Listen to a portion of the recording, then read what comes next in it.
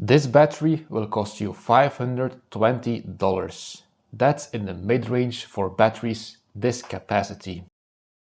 The battery came in this box.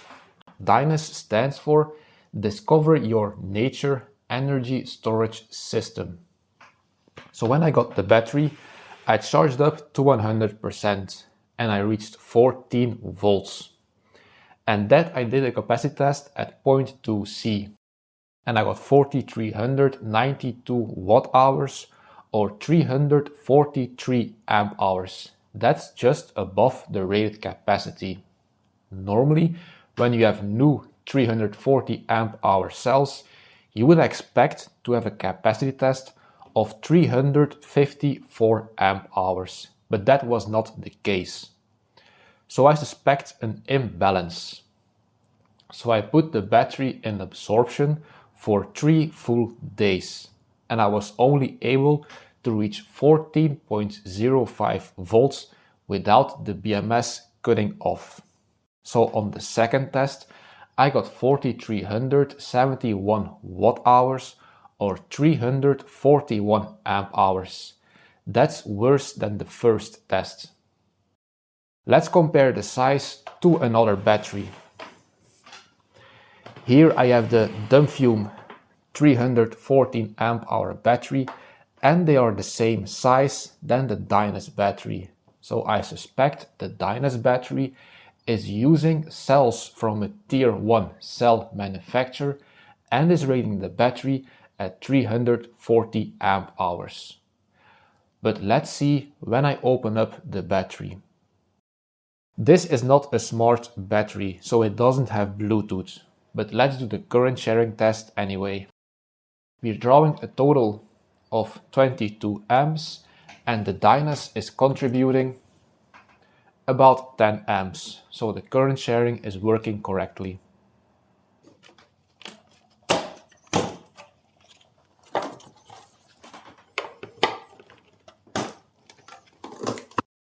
First impressions, the battery looks good, but looks very similar to a battery I just reviewed.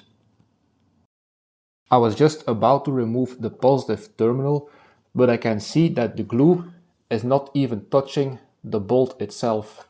It's glued around it.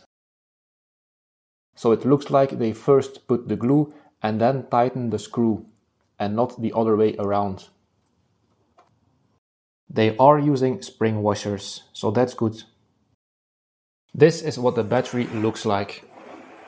We have 3 straps holding the cells together, with on the end a metal plate, so the strap is on the metal plate and not damaging the cell wall itself, so that's good to see.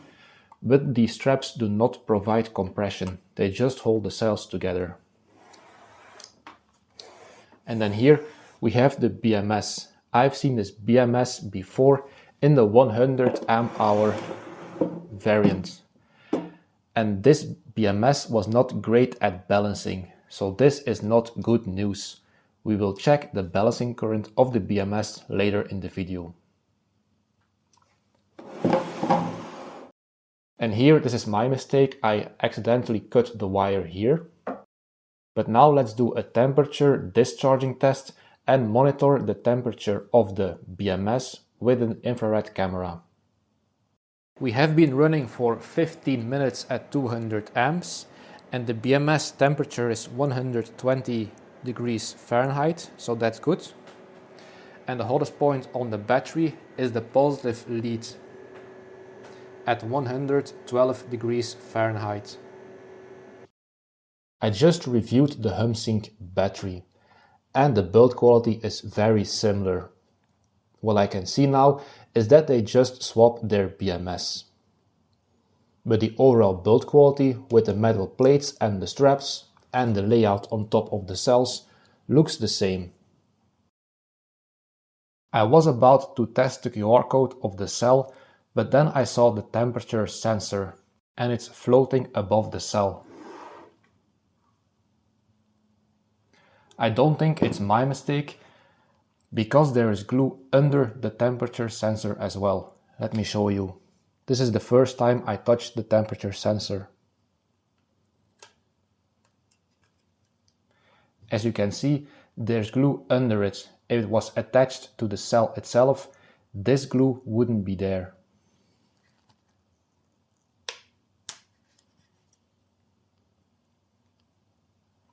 So I suspect it was floating like this the whole time. I scanned the cells and they are made by Wrapped. That's a tier 1 brand, so that's good. However, the nominal capacity is 324 amp hours and they are advertising 340 amp hours. In my opinion, it's not ethical to label your battery higher than the cells you're using. Technically, we did pull 340 amp hours, but it's not the industry standard to rate your battery higher than the cells you're using. And the production date is July 2025, so about 10 months old. Anything under 1 year is good. Let's do the discharge test first with low temperature. We are charging at 1 amp.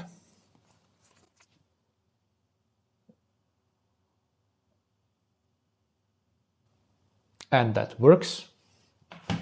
Let's recover and do the high temperature disconnect after.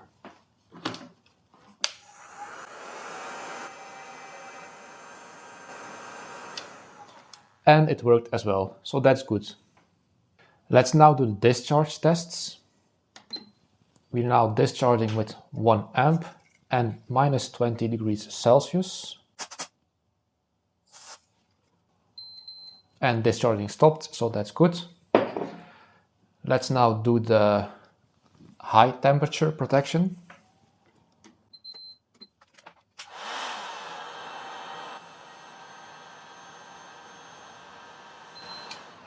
And it worked as well. Let's now do a high temperature discharge test for the MOSFET to see if there is a limit. So I will be heating the heatsink of the BMS with the heat gun and see if the battery disconnects after a while.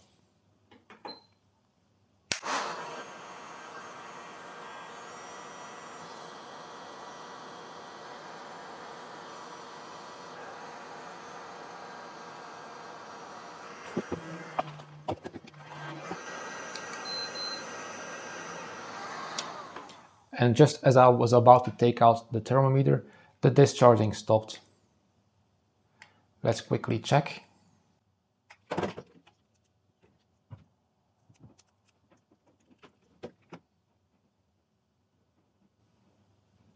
We have 100 degrees Celsius.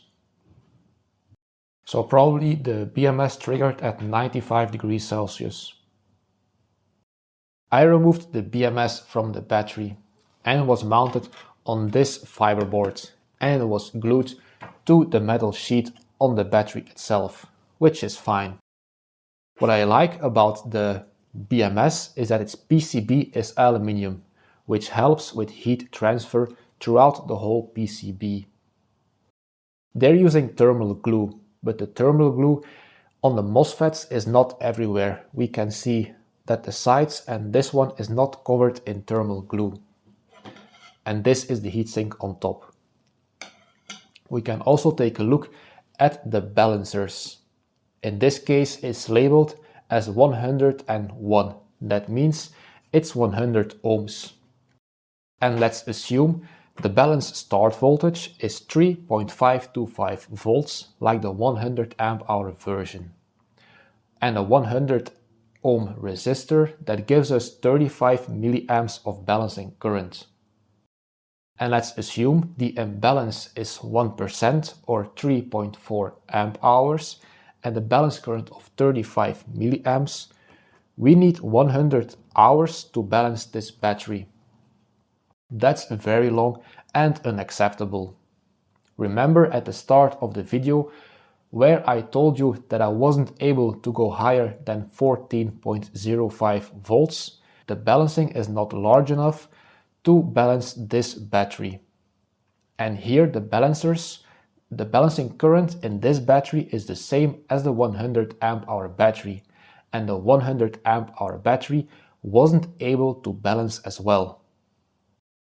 Let's take a look at the balancing current of this battery in real time.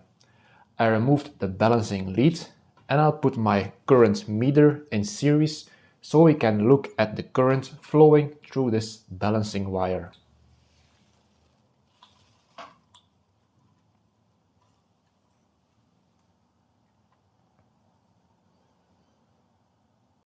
As you can see, it's cycling from 0 to a maximum of 22 milliamps. That's less than the calculated 35 milliamps. So in reality, it's less than what we have calculated. And it's cycling from 0 to 23 in order to do a voltage sense without a voltage drop. Let me now take another battery and show you the difference. Now I took the Water battery, this is a 12 volt 100 amp hour version. And I created an imbalance in this battery. And let's now measure the balancing current.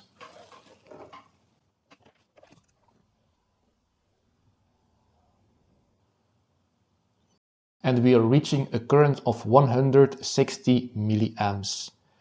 That's a lot more than the Dyness battery, even though it's only 100 amp hours. So I asked Water if they would send me their 12 volt 300 amp hour battery for review, but they told me they were low on inventory. So to wrap up this review, this battery is 324 amp hours and not 340 amp hours. It did pull this capacity, but it should be sold at 324 amp hours. I could not charge the battery to 14.2 volts. It was stuck on 14.05 volts even after 3 days in absorption.